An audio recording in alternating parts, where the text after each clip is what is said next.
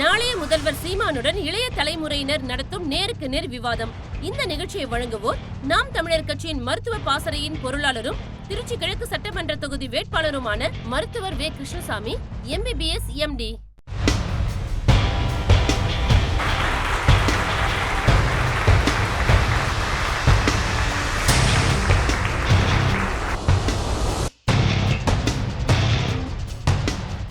முப்பாட்டன் முருகன் என்று முதலாக வேல் தூக்கிட்டு அப்பொழுது எதிர்த்து கலகக்குரல் பேசியவர்கள் எல்லாருமே பின்னாடி தமிழக முதலமைச்சரும் அந்த வேலை எடுத்தார், எதிர்கட்சி தலைவர் எடுத்தார். இன்று விஜய் வரைக்கும் அந்த வேலை தூக்கிட்டு இருக்கிறார். சொல்லக்கூடிய இவர்களே கிறிஸ்தவத்தினுடைய ஏஜென்ட் சீமான். ரெண்டு விதமான விமர்சனம். அது நீங்க அப்புறம் இஸ்லாமிய கைக்கூலியை விட்டுட்டீங்க, திராவிடர்கள் RSS கைக்கூலியை விட்டுட்டீங்க. அப்படி பார்த்தா இந்த நாட்டில் அதானி அம்பானியை விட பெரும்பழக்காரன்னா நான் தான் இருந்திருக்கணும். உதாரணமாக வெளிப்படையாக சொன்னால் நீங்கள் வாடா பரப்பையில், இங்கே வாடா பல்லப்பையில் அப்படின்னு கூப்பிட்டுட்டு இருந்த இடத்துல நான் இஸ்லாமிய நான் மாறினவனு வாடா பல்லன்னு பரப்பையிலன்னு கூப்பிட்ட இடத்துல வாங்க பாய் அப்படின்ட்டான். இப்போ பறையம்பல்லனா இருக்கிறதுக்கு பாயாக இருக்கிறதுக்கு மேலானதாக இருக்கடான்னு போயிட்டான். திமுகவை ஏற்றிட்டிங்கன்னா RSS BJP பெட்டி கொடுத்துரும், பயங்கரமாக பணம் கொடுத்துரும். தம்பி விஜய் கருத்தை ஏதாவது எடுத்து பேசிட்டீங்கன்னா அவர் என்னங்க இப்படி சொல்கிறீங்கன்னு தம்பி கேட்டால் திமுக பெட்டியாக கொடுத்துரும் உங்களுக்கு. ஆமாம் கொடுத்துரும். ஒரு தேங்காயை உடைச்சி சில் எடுத்து கடிக்கிற சின்ன பையன் வச்சுக்கிறியா, மொத்த தேங்காய்.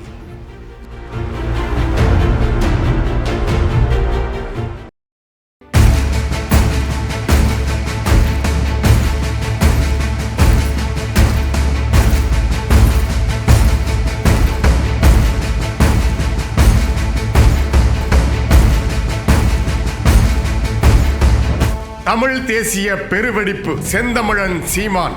உலக வரலாற்றில் எந்த ஒரு இனமும் போர்க்களத்தில் வீழ்ந்ததால் அழிந்து போனதில்லை. ஆனால் எப்போது அந்த இனம் தன் வரலாற்றை மறக்கிறதோ, தனது மொழியை பேசுவதை நிறுத்துகிறதோ, தனது முன்னோர்களின் தியாகங்களை அடுத்த தலைமுறைக்கு கடத்த தவறுகிறதோ, அப்போதுதான் அந்த இனம் நிரந்தரமான அழிவை சந்திக்கிறது. ஓர் இனம் உயிர்ப்புடன் இருக்க வேண்டுமானால் அதன் வரலாறு மீண்டும் மீண்டும் பேசப்பட வேண்டும், விவாதிக்கப்பட வேண்டும்.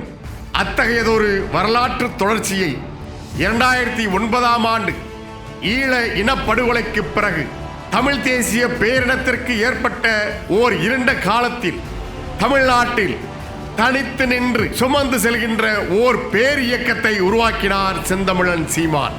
2009 முள்ளிவாய்க்கால் பேரழிவுக்கு பிறகு, ஈழத் தமிழர்கள் மீது திட்டமிட்டு நடத்தப்பட்ட இனப்படுகொலைக்கு பிறகு அறம் சார்ந்த விடுதலை போராட்டம் ஒரு முடிவுக்கு வந்துவிட்டதாக மாய தோற்றம் உருவாக்கப்பட்டது. தமிழ்நாட்டின் பெரும்பாலான அரசியல் கட்சிகள் தேர்தல் கூட்டணிகளுக்காகவும் அதிகார சமரசங்களுக்காகவும் அந்த இரத்த வரலாற்றை மெல்ல மெல்ல மறந்து போனார்கள். அதை பற்றி இனி பேசுவது பயனில்லை, அது ஒரு கடந்த கால நிகழ்வு என்று கடந்து செல்லவே பலரும் முயன்றார்கள். அத்தகைய சூழலில் தமிழ் இனத்தின் வீர வரலாற்றையும் அறம் சார்ந்த போராட்ட வரலாற்றையும் அதனுடைய வீரியம் குறையாமல் எந்த சமரசமும் இன்றி ஓங்கி ஒலித்தது செந்தமிழன் சீமான் அவர்களின் குரல். 2009ஆம் ஆண்டுக்கு முன்பு வரை திராவிட மேடைகளில் நின்று முழங்கிக் கொண்டிருந்த சீமான் அவர்கள் ஈழத்தில் நடத்தப்பட்ட இனப்படுகொலைக்கு திராவிடமும் பங்காளியாக இருந்தது என்பதை உணர்ந்தார். ஈழ மண்ணில் சிங்கள பேரினவாதம் நடத்திய தமிழின அழிப்பின் போது தமிழ் திரைப்படத்துறை சார்பாக ராமேஸ்வரத்தில் நடந்த கூட்டத்தில் எரிமலையாய் வெடித்து முழங்கினார் செந்தமிழன் சீமான்.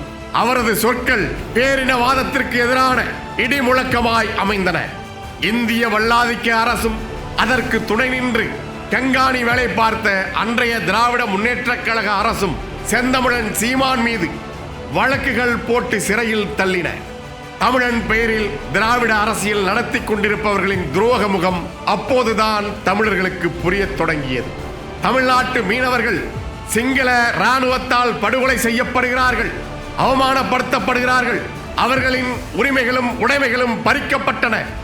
ஏனென்று கேட்க வேண்டிய அன்றைய ஆட்சியாளர்கள் கடிதம் எழுதியே கலைத்து போனார்கள். இந்திய அரசோ சிங்களத்தோடு நட்பு நாடு என்று கைகோர்த்து கொண்டிருந்தது. அந்த கோபத்தில் 2010ஆம் ஆண்டு சென்னையில் நடந்த பொதுக்கூட்டத்தில் என் மீனவனை அடித்தால் உன் மாணவனை அடிப்பேன் என்று நெருப்பாய் சீறினார் செந்தமிழன் சீமான். இங்கே தமிழின தலைவர் என்ற போர்வையில் ஆட்சி நடத்தி கொண்டிருந்த கருணாநிதி அவர்களுக்கு சிங்களனுக்கு பதிலாக கோபம் கொப்பளித்தது. செந்தமிழன் சீமானை மீண்டும் சிறையில் அடைத்தார். கட்சி தொடங்கிய ஓராண்டில் பெரும்பாலான காலத்தை சிறையிலேயே கழித்தவர் செந்தமிழன் சீமானாகத்தான் இருக்க முடியும். கருணாநிதி அரசின் பொய் வழக்கை உடைத்து சிறை கதவை தகர்த்து வெளியே காலடி எடுத்து வைத்த செந்தமிழன் சீமான் அந்த சிறை வாசலில் நின்று எழுவர் விடுதலையே இனத்தின் விடுதலை என்று இடியாய் முழங்கினார். முன்னாள் பிரதமர் ராஜீவ்காந்தி கொலை வழக்கில் குற்றம் சாட்டப்பட்ட 7 பேரின் விடுதலைக்காக பெரும் சுற்றுப்பயணத்தை தொடங்கினார். முன் எப்போதும் இல்லாத அளவுக்கு எந்த தலைவர்களும் செய்ய துணியாத செயலாக அந்த போராட்ட பயணம் அமைந்தது. அன்று தொடங்கி இன்று வரை மக்களுக்காக தொடர்ந்து போராட்ட களங்களிலேயே நின்று வருகிறார் செந்தமிழன் சீமான். எந்த ஒரு அரசியல் கட்சியோ இயக்கமோ செந்தமிழன் சீமான் அளவுக்கு போராட்ட களத்தில் நின்றதாக வரலாறு இல்லை. மலைகளை உடைத்து சூறையாடாதே என்ற போர்க்களம், ஆற்று மணலை சுரண்டி நீர்வளத்தை அழிக்காதே என்ற போர்க்களம், வேளாண் நிலங்களை அழித்து விண்ணூர்தி நிலையம் அமைக்காதே என்ற போர்க்களம் என்று பல்வேறு களங்களில் மக்களோடு நிற்கின்ற செந்தமிழன் சீமான் அவர்களின் நாம் தமிழர் கட்சியை மக்களும் நம்புகிறார்கள். தமிழ் தேசிய இன எழுச்சி அரசியலின் எழுச்சியை கண்டு பதறிய எதிரிகள் இதெல்லாம் ஒரு கட்சியா என்றார்கள். இந்த ஒரு தேர்தலோடு முடிந்து போய்விடும் என்றார்கள். 1 விழுக்காடு வாக்கு வங்கியை தாண்டிய பிறகு அவதூறுகளை அள்ளி வீசத் தொடங்கினார்கள். கொத்தடிமைகளை வைத்து அடுக்கடுக்கான அவதூறு பரப்புரைகளை இன்றும் சுழற்றிக் கொண்டிருக்கிறார்கள். நாம் தமிழர் கட்சி தேர்தல் களத்தை சந்தித்த போது ஒவ்வொரு தொகுதியிலும் கோடிகளை கொட்டி கூட்டத்தை கூட்டி பகட்டு காட்டினார்கள். இலவச இணைப்புகளோடு மது பாட்டில்களையும் இறக்கினார்கள். கூட்டணி பலத்தையும் சேர்த்து கொண்டார்கள். கோலியாத்தை எதிர்த்த தாவீதை போல பண அரக்கர்கள் சுட்டு சுழன்று ஆட ஒற்றை குரலாய் கூட்டணி ஏதுமின்றி பணபலமின்றி மக்களோடு மட்டுமே கூட்டணி, மக்களுக்காக மட்டுமே மாற்று அரசியல் என முழங்கிய நாம் தமிழர் கட்சிக்கு மக்கள் பேராதரவை வழங்கி அங்கீகரிக்கப்பட்ட கட்சியாக மாற்றினார்கள். 8 கட்சி 10 கட்சி கூட்டணி இல்லை. கோடிகளில் கொட்டி கொடுக்க பணமும் இல்லை. பொய் பரப்புரைகளை அவதூறுகளை முறியடிக்க ஊடக பின்புலமும் இல்லை. ஆனாலும் மக்கள் செந்தமிழன் சீமானின் கோட்பாட்டு அரசியலை நம்பினார்கள். பெரும் படைபலமின்றி தம்பிகளின் உழைப்பையும் செந்தமிழன் சீமானின் உறுதியையும் நம்பி 36 லட்சம் மக்கள் வாக்களித்தார்கள். தமிழ்நாட்டின் 3வது பெரிய கட்சி என்ற அங்கீகாரத்தையும் அளித்தார்கள். வீழ்ந்து விடுவான் என்று கொக்கரித்தவர்கள் நடுவில் வீழ்வேன் என்று நினைத்தாயோ என்று தலை நிமிர்ந்தார் செந்தமிழன் சீமான். இதோ இப்போதும் சீமான் மீதும் நாம் தமிழர் தம்பிகள் மீதும் தொடர்ந்து அவதூறுகளை பரப்பி வருகிறது கோபாலபுரத்து ஒட்டு திண்ணை கூட்டம். அதை பற்றியெல்லாம் கவலைப்படாத சீமானவர்கள் மலைகளுக்கான மாநாடு, தண்ணீருக்கான மாநாடு, கடலுக்கான மாநாடு, மரங்களுக்கான மாநாடு, ஆடு மாடுகளுக்கான மாநாடு என நடத்தி முடித்துவிட்டு மக்களின் கோரிக்கைகளுக்காக மக்களை நோக்கி பயணிக்கின்றார். பொய் வாக்குறுதிகளை அள்ளி கொடுத்து அரசு ஊழியர்களை ஏமாற்றியது திராவிட மாடல் அரசு. ஆட்சிக்கு வந்ததும் பணி நிரந்தரம் செய்வோம் என மருத்துவர்களையும் செவிலியர்களையும் ஏமாற்றியது திராவிட மாடல் அரசு. நீட் தேர்வை விலக்குவோம் என்று பொய் சொல்லி மாணவர்களை ஏமாற்றியது திராவிட மாடல் அரசு. பகுதி நேர ஆசிரியர்களை புறக்கணித்து அவர்களில் ஒருவரது உயிரை பழிவாங்கி நிற்கிறது திராவிட மாடல் அரசு. விடியல் என்று சொன்னவர்களின் ஆட்சியில் நாட்டில் நாள்தோறும் கொலை, கொள்ளை, கஞ்சா என தமிழ்நாடு இருளில் மூழ்கியுள்ளது. இத்தனை அநீதிகளுக்கும் நிரந்தரமான ஒரு தீர்வை நாம் அடைய வேண்டும் என்றால் அதற்கு செந்தமிழன் சீமான் அவர்களின் மாற்று அரசியலே தீர்வாகும். நடிகர்களால் ஒருபோதும் மாற்று அரசியலை தந்துவிட முடியாது. இலவசங்கள் என்று மக்களை கையேந்த வைக்கும் இந்த கொள்ளை ஆட்சி முறை ஒழிந்து அனைவருக்கும் தகுதியான அரசு வேலை, தற்காலிக பணியாளர்களுக்கு நிலையான பணி, மக்கள் மீது வரியை வலிந்து திணிக்காத தற்சார்பு பொருளாதாரம் என்கிற முழக்கங்களோடு வருங்கால முதல்வர் செந்தமிழன் சீமான் அவர்களுடன் இன்றைய இளைஞர்கள் நிகழ்த்துகின்ற இந்த சந்திப்பு உண்மையான விடியலுக்கான மாற்றமாக அமையட்டும். ஆம், நாளைய முதல்வரிடம் இன்றைய தலைமுறை எழுப்புகின்ற கேள்வி கணைகள் கொள்ளை கூட்டத்தை விரட்டி அடிக்கட்டும்.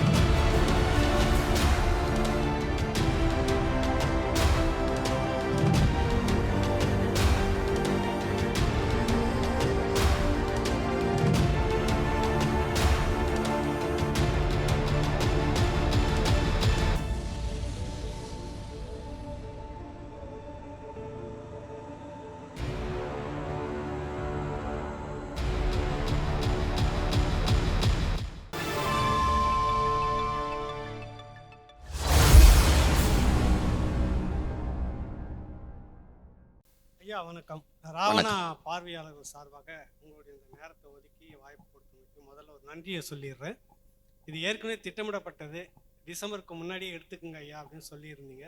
நாங்கள் காலதாமதப்படுத்திட்டோம். அதற்காக ஒரு வருத்தத்தை தெரிவிச்சுக்கிட்டு இன்னைக்கு முதல் நிகழ்ச்சியாக வந்து உங்களை பற்றி சில கேள்விகள் இன்னைக்கு இருக்குது. நாங்கள் இந்துக்கள் அல்ல, எங்களுடைய இறை வழிபாடு வந்து வேற. என் முப்பாட்டன் முருகன் என்று முதலாக வேல் தூக்கியது நீங்கள். அப்பொழுது எதிர்த்து கலகக்குரல் பேசியவர்கள் எல்லாருமே வந்து பின்னாடி தமிழக முதலமைச்சரும் அந்த வேலை எடுத்தார், எதிர்க்கட்சி தலைவர் எடுத்தார். இன்று விஜய் வரைக்கும் அந்த வேலை வந்து தூக்கிட்டு இருக்கிறார். இந்த பக்கம் என்ன சொல்கிறாங்க, நீங்கள் இந்துத்துவா ஆர்எஸ்எஸ்னுடைய கையால் அப்படின்னு ஒரு முத்திரை வருது. மறுபக்கம் வந்து உங்களை என்ன சொல்ல வராங்க, அவர் ஒரு கிறித்துவர் சைமன், அவர் ஒரு கிறித்துவ ஏஜென்ட்னுடைய வேலையை செய்கிறார் அப்படின்னு இந்த பக்கம் ஒரு பிரச்சாரம் அதே இந்துத்துவா தரப்பில் பேசுகிறாங்க. இந்த ரெண்டு பிரச்சாரத்தையும் நீங்கள் இப்போ எப்படி பார்க்குறீங்க? இல்லை, முதல்ல இங்கே ஒரு கேள்வி, நாங்கள் இந்துக்களாக இருந்தோமா இந்துக்களாக ஆக்கப்பட்டோமாங்கிறது தான் நமக்கு முன்னாடி இருக்கிற கேள்வி. இப்போ இதில் என்ன அப்படின்னா, கிறித்தவம், இந்த இஸ்லாம் இதெல்லாமே இந்த நிலத்துக்கு வர்றதுக்கு முன்னாடி நாங்கள் யாருங்கிற ஒரு கேள்வி வேர் தேடி பயணிக்கிற எந்த ஒரு மகனுக்கு இருக்கும். வரலாற்றின் வழியில் நடந்து வர்ற எவனுக்கும் இருக்கும். ஒரு தேடல் இருக்கும், இது நான் யார் அப்படின்னு இருக்கும். இப்போ இறைமகன் இயேசு பிறந்தே இப்போ 2000 ஆண்டுன்னு வச்சுக்கிறோமே. இப்போ அவர் பிறக்கிறதுக்கு முன்னாடியே என்னுடைய தொல்காப்பியம் இருக்குது. அவங்களுக்கு அவர் பிறந்து 500 ஆண்டுகளுக்கு பிறகு ஆங்கிலம் வருது. ஆனால் அதுக்கு முன்னாடி 500 ஆண்டுகளுக்கு முன்னாடி என்னுடைய தொல்காப்பியம் இருக்குது. அப்போ எழுதப்பட்டதில் இருக்குது. அப்போ எனக்கு ஒரு சமயம் இருந்திருக்கும்ல, அது என்னன்னு இருக்கு. இப்போது இப்படி பாருங்க, பாரத போர் நடக்கும்போது கிருஷ்ண பரமாத்மா அர்ஜுனனுக்கு போதிச்சது, உபதேசம் பண்ணதுங்கிறாங்க. போதிச்ச கருத்துக்கள் தான் பகவத்கீதை. அவர் ஆமாம். இந்த பாரத போர் நடக்கும்போது போரில் காயம்பட்ட மக்களுக்கும் இந்த போரில் காயம்பட்ட வீரர்களுக்கும் வண்டியாக வந்து சோறாக்கி கொண்டு போட்டால் இப்போ பெருஞ்சோற்று உதயன் இளைஞரலாதன்னு இருக்குது, பாக்களே இருக்குது. அப்போது போர் போடும்போது சோறு போட்டான்ல என் பாட்டேன், அவன் எந்த சமயத்தில் இருந்திருப்பான்? அதுக்கப்புறம் போதிச்சது பகவத்கீதையாக வருது. அப்போ அவனுக்கு ஒரு வேதம் இருந்திருக்கும்ல, அது எதுவாக இருந்திருக்கும்னு ஒரு கேள்வி வரணும்ல. தேடல்ங்கிறது அதான். இப்போ நீங்கள் பூவையும் காயும் கனியும் பார்க்குறீங்க, நாங்கள் அப்படியே கீழே வந்து வேருக்கு போகிறோம், வேர் எங்கே இருக்குது அப்படின்னு. அப்படி பார்க்கும்போது அதுக்கப்புறம் நபிகள், அதுக்கப்புறம் இஸ்லாம், இந்த மார்க்கங்கள்லாம் என் நிலத்துக்கு வர்றதுக்கு முன்னாடி நாங்கள் யாருன்னு இருக்கு. முத இந்துங்கிற சொல்லையே முகலாயர்கள் தான் பயன்படுத்துகிறாங்க. முகலாயர்கள் இஸ்லாமியர்கள் அல்லாத மக்களை குறிப்பதற்கு இந்த் அப்படிங்கிற சொல்ல பயன்படுத்துகிறாங்க. இப்போ தமிழில் இந்துன்னு ஒரு சொல் இருக்குது, அது சங்க இலக்கியத்தில் இருக்கிறத. சங்க தான் இந்துன்னா நிலவு, மதினாலும் நிலவு, இந்து மதி இல்லாம். நம்ம பேர் கூட தமிழில் இரு சொல் ஒரு பொருளை குறிக்கும். கார் மேகம் பார்த்துருக்கு உங்களுக்கு, அறிவு மதி, இந்த மாதிரி இதெல்லாம் வந்து ஒரு இரு சொல் ஒரு பொருளை குறிக்கும். இப்போ அந்த மாதிரி இதில் அப்போ இந்து அப்படிங்கிறது எப்படி வருது? சார் வில்லியம் ஜோன்ஸ் வந்து ஒரு எவன் பார்சியிலையோ, எவன் ஆங்கிலோ இந்தியன் இல்லையோ, எவன் கிறித்தவன் இல்லையோ, எவன் இஸ்லாமியன் இல்லையோ, அவனெல்லாம் இந்துன்னு போட்டதில் பௌத்தன் இந்துவாகிறான், சமணன் இந்துவாகிறான், சைவர் நாங்கள் இந்துவாகிறோம், வைணவர் நாங்கள் இந்துவாகிறோம், சீக்கியர் இந்துவாகிறாங்க. 1859 காலகட்டத்தில். ஆமாம், இதெல்லாம் வந்து தனித்தனி சமயங்கள். இது கூட்டு, இது அவியல், இது பொரியல், இது சாம்பார், இதெல்லாம் சேர்த்து பேர் என்ன? சாப்பாடு. உங்களுக்கு புரியுதா? அப்படி ஒரு சாப்பாடு அது. அப்படி ஒரு பேர் அவர் வச்சதுனால, இந்து என்ற அழகி சட்டம் போட்டதுனால நம்ம இந்துவாக ஆக்கப்படுறோம். அப்போ நம்மளுடைய இந்து மதத்தை சரி, நான் வழிபட்ட இறை எது? அதே முருகன், சிவன், அதன் மாயவன் தான். பெருமாள் திருமாலை வழிபடுகிற நாங்கள் வைணவருங்கிறோம் சமஸ்கிருத சொல், மாளியம்ங்கிறோம் தூய தமிழில். உங்களுக்கு புரியுது? 12 ஆழ்வார்களில் பாடிய பாசுரங்கள் எல்லாம் தமிழ் தான். 63 நாயன்மார்களும் இப்போல்லாம் உங்களுக்கு தெரியும். நீங்கள் பெரிய புராணத்தில் இருக்க எல்லா இதுக்கும் உங்களுக்கு தமிழ் தான். தேவாரம், திருவாசகம் எல்லாமே தமிழ் தான்.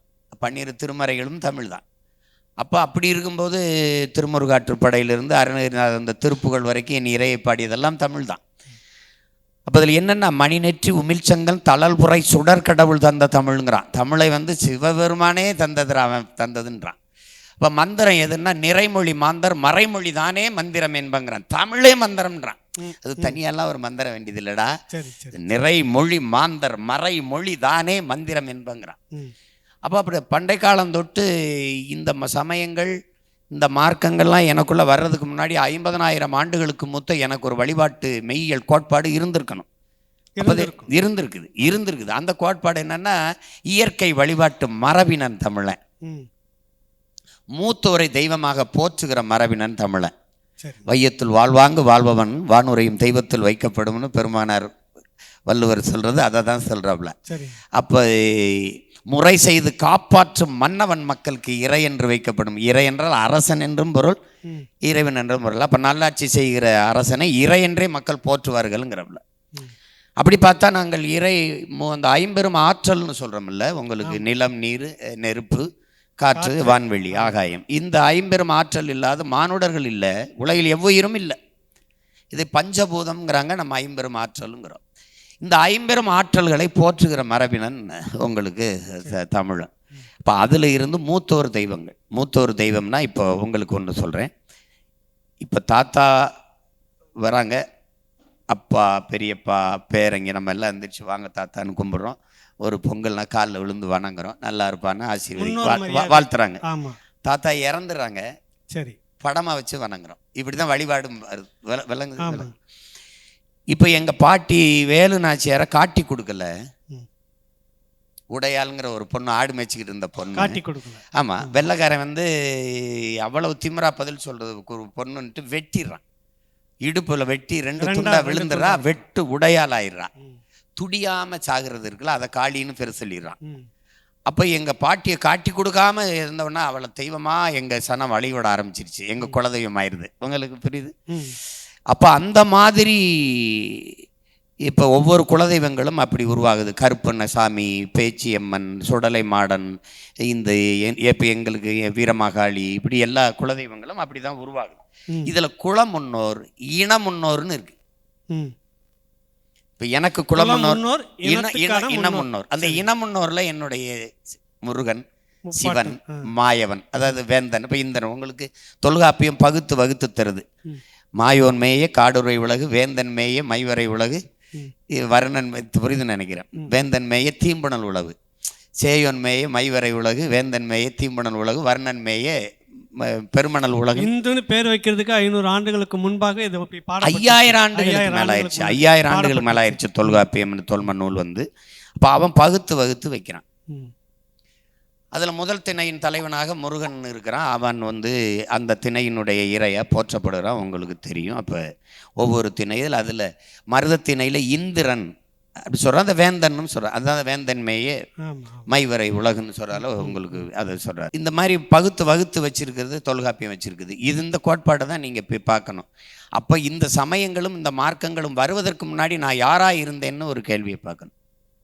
அதை தான் இப்போ நீங்கள் சொல்லிட்டு இருக்கீங்க. ஆமாம், அப்படி பார்க்கும்போது நாங்கள் இல்லை, எங்களுடைய சமயங்கள் மறைக்கப்பட்டுருச்சு. இப்போ நான் அதே முருகனை நான் சைவத்திலிருந்து வழிபடலாம்.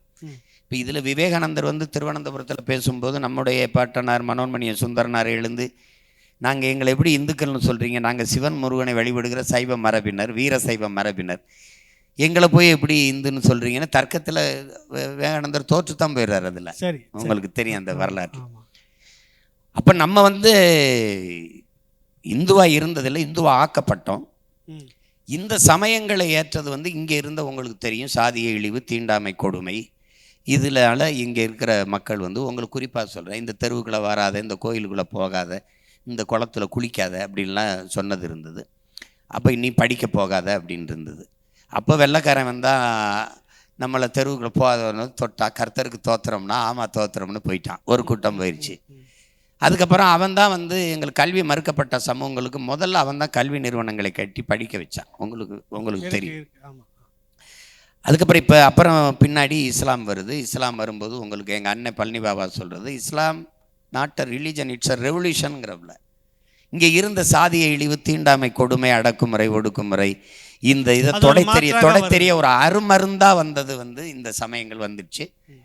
இப்போ நான் உதாரணமாக வெளிப்படையாக சொன்னோம்னா, இங்கே வாடா பரப்பையில், இங்கே வாடா பல்லப்பையில் அப்படின்னு கூப்பிட்டுட்டு இருந்த இடத்துல நான் இஸ்லாமிய நான் மாறினவனு வாடா பல்லன்னு பரப்பையிலன்னு கூப்பிட்டு இடத்துல வாங்க பாய் அப்படின்ட்டான். இப்போ பறையம்பல்லனா இருக்கிறதுக்கு பாயாக இருக்கிறதுக்கு மேலானதாக இருக்குடான்னு போயிட்டான். புரியுதா? இதுதான் இதில். அப்போ இதில் இந்த அடிப்படையில் தான் நம்ம இங்கே பார்க்கணும். நீங்கள் மாயோன் மேய காடுரை உலகு, சேயோன் மேய மைவரை உலகு, வேந்தன் மேய தீம்புணல் உலகு, வர்ணன் மேய பெருமணல் உலகுங்கிற இந்த பகுத்து வைத்த அந்த முன்னோர் கோட்பாட்டுப்படி எனக்கு இறை ஒவ்வொரு நிலத்திலையும் இருக்கு. எனக்கு ஒரு சமய வழிபாடு இருக்கு. அப்போ தமிழனுடைய மெய்யியல் கோட்பாடு என்பதே ஒரு வாழ்வியல் என்பதை நீங்கள் புரிஞ்சுக்கணும், ஒரு அறிவியல் என்பதை புரிஞ்சுக்கணும். எப்படி அறிவியல் நீ சொல்லுவ அப்படின்னா, நீங்கள் குளத்தை வெட்டினான்ல, கோயிலை கட்டினான்ல, குளத்தை வெட்டான்ல, அங்கேயே வேப்ப மரம் புளிய மரத்தை நடலை, ஏன் ஆலமரம் அரச மரத்தையே நட்டான்?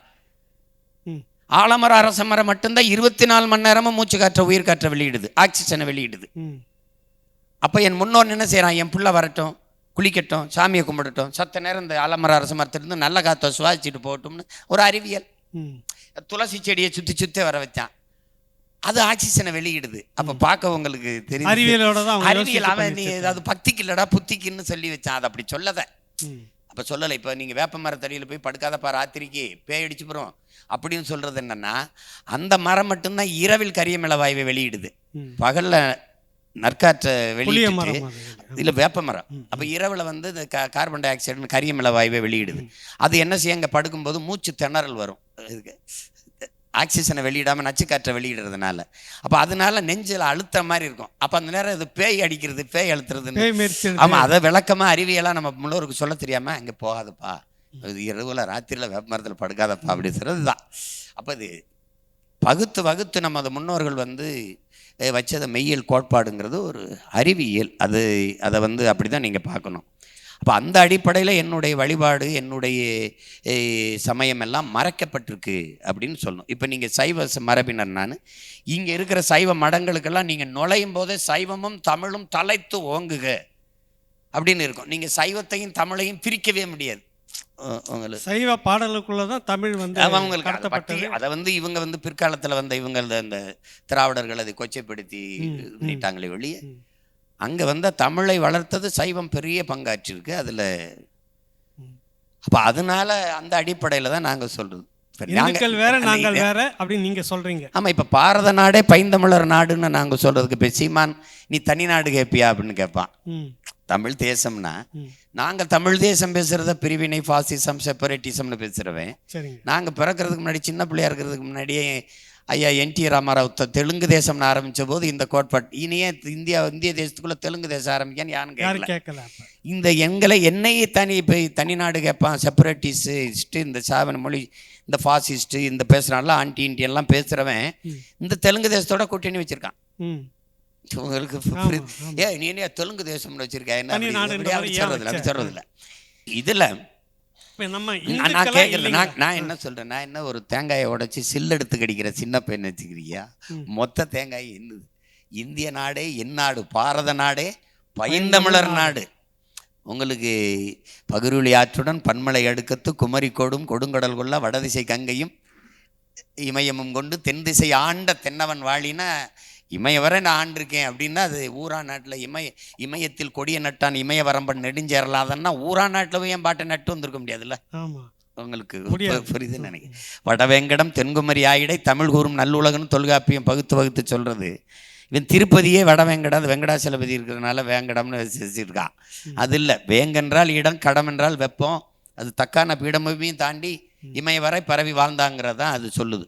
அதில் டோனி ஜோசப்போ, ரிச்சர்டு மார்ட்டினும், ஹார்வர்ட் பல்கலைக்கழக பேராசிரியர் பெருமக்கள் தெற்காசியம் முழுமைக்கும் பரவி வாழ்ந்தவர்கள் தமிழர்கள் தான். மீதி மற்ற இனத்தவரெல்லாம் வந்து குடியேறியவர்கள்னு சொல்லுது. நான் பல பேர் அது பொதுவாதத்துக்கு வாங்க வாங்கன்னு வரமாட்டேங்கிறாங்க. இப்போ பரவுது அந்த கட்டுரை, அந்த கட்டுரை பரவுது. புரட்சியாளர் அம்பேத்கர் உங்களுக்கு அறிவு ஆசான்னு நாங்கள் சொல்றது காரணம் இல்லை, உலகத்தில் ஆக சிறந்த கல்வியாளன்னு. ஆஸ்திரேலியா வந்து அந்த பிரதமர் போய் உலகத்தின் தலை சிறந்த கல்வியாளர் சிலையை திறக்க போறாருன்னு ஒரு இது உலகமே பார்த்துக்கிட்டு இருக்கு. யாரோட சிலையை திறக்க போறாரு, யாரோட சிலையை திறக்க போறாரு அப்படின்னு. அங்கே போய் அவர் திறக்கிறாரு. சிவப்பு நிறத்தில் இன்னும் காட்சி இருக்கு, பார்க்கலாம். ஒரு வெல்வெட்டு துணி, ஒரு பட்டு துணி போட்டு போத்தி இருக்கு. அதில் மார்பள சிலை திறந்தா அது அண்ணல் அம்பேத்கர் சிலை. உலகத்திலே ஆகச்சிறந்த கல்வியாளர், 64,000 புத்தகம் படித்த ஒரு அறிஞர் அவர் தான். படுக்கிற இடம் கூட படிக்கிற இடத்துக்கு பக்கத்தில் இருக்கணும் நூலகம் எடுத்து தங்கிய மேதை அவர் தான். அவர் சொல்லிட்டாரு, இந்த நிலப்பரப்பு முழுதும் பரவி வாழ்ந்தவன் தமிழை தாய்மொழியாக கொண்ட நாகர்கள் தான். என்னுடைய மூதாதைகளின் மொழி கூட தமிழ் தான். இந்த நாட்டை என் நாடு என்று சொந்தம் கொண்டாடி கொள்ள ஒரே ஒரு இனத்திற்குத்தான் உரிமை உண்டு, அது தமிழர்களுக்கு தான் டாப்ல. அப்ப அதுக்கு மேல மாற்று கருத்து இல்லை. அது அரசியல் சாசனத்தை தாண்டிய ஒரு சாசனம். அப்படி இருக்கிறதுனால நாங்க சொல்றோம், நீங்க வந்து என்னை வந்து இதுக்குள்ள அடைச்சிக்கிட்டு நீ இதெல்லாம் இரு அதாயிருன்னு. என் இறையை வழிபட நீ எனக்கு கற்றுக் கொடுக்க வேண்டியதில்லை. நான் யாருன்னு நீங்க கேட்கணும். என் இறைவனை உங்களுக்கு கடன் கொடுத்த இனத்தின் பிள்ளை, கடவுளையே இறைவனை இரவல் கொடுத்தவன், நீங்க வணங்குற கடவுளையே கடன் கொடுத்த இனத்தின் மகன். அதனால எங்களை வந்து நீங்க இதுக்குள்ள இரு அதுக்குள்ள இரு அதெல்லாம் சொல்ல முடியாது. இவர்கள் நீங்க வந்து இந்துத்துவான்னு சொல்லக்கூடிய இவர்களே கிறிஸ்துவத்தினுடைய ஏஜென்ட் சீமான், அப்படி 2 விதமான விமர்சனம். அது நீங்க அப்புறம் இஸ்லாமிய கைக்கூலியை விட்டுட்டீங்க, திராவிடர்கள் வந்து RSS கைக்கூலியை விட்டுட்டீங்க. அப்படி பார்த்தா இந்த நாட்டில் அதானி அம்பானியை விட பெரும்பழக்காரனா நான் தான் இருந்திருக்கணும். ஏன்னா நீங்கள் வந்து திமுகவை ஏற்றுட்டிங்கன்னா RSS பிஜேபி பெட்டி கொடுத்துரும், பயங்கரமாக பணம் கொடுத்துரும். தம்பி விஜய் கருத்தை ஏதாவது எதிர்த்து பேசிட்டீங்கன்னா அவர் என்னங்க இப்படி சொல்றீங்கன்னு தம்பி கேட்டால் திமுக பெட்டியாக கொடுத்துரும் உங்களுக்கு. ஆமாம் கொடுத்துரும். அப்போ நீங்கள் RSSஐ ஏற்று குத்துட்டீங்கன்னா இஸ்லாமிய கிறிஸ்தவர்கள் வந்து கோடி கோடியாக கொடுத்துருவாங்க. இப்போ அதனால என்ன சொல்றேன், அதனால என்ன சொல்றேன், நீங்க எல்லாம் வேலைக்கு போகாம இப்ப நீங்க ஐயா ஈவேராவை ஏத்து பேசுனீங்கன்னா RSS பிஜேபி பல 100 கோடியை கொடுத்துரும். சரி, நீங்க இஸ்லாமிய இருக்கிறது கிறிஸ்தவருக்கு பேசுனீங்கன்னா அவங்க கொடுத்துருவாங்க. திமுகவை ஏத்தீங்கன்னா RSS கொடுத்துரும். தம்பி விஜய் ஏத்தினீங்க திமுகவை கொடுத்துரும். அப்ப நீங்க பாட்டு வீட்டுல இருந்துட்டு கால் மேல கால் போட்டு நல்லா சாப்பிட்டுக்கிட்டு கோடி கோடியா வச்சுக்கிட்டு வசதியா இருக்கலாம். ஒரு வேலைக்கும் போக வேண்டியதில்லை. பேசி பாருங்களேன். முதல்ல என்ன பண்ணான் தெரியுமில்ல, ஈழ விடுதலை என் இனத்தின் விடுதலை, எங்கள் தலைவன் பிரபாகரன், ஈழ இந்த பின்னமா நம்ம பேசுறோம்ல, அது தமிழீழ மக்களின் தேசிய இராணுவம், விடுதலை புலிகள், இப்படிலாம் நம்ம பேசுவோம்ல.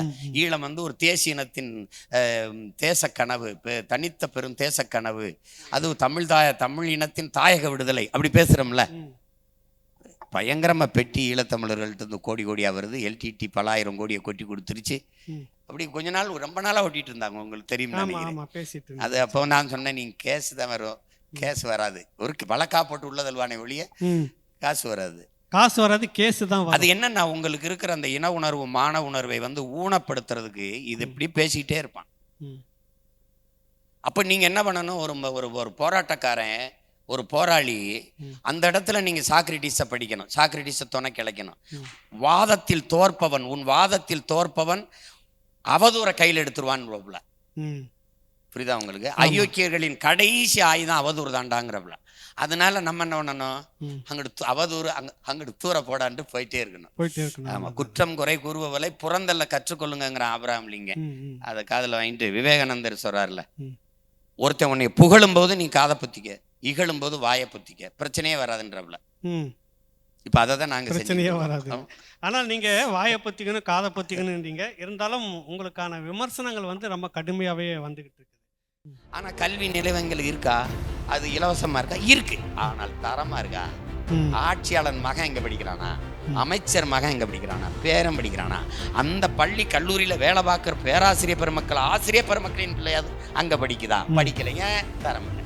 இல்லை இந்த கேள்வி இந்த கேள்வி வைக்கும்போது தான் இவ்வளவும் கேட்கக்கூடிய சீமான் அவருடைய குழந்தைகள் எங்கே படிக்கிறது கேள்வி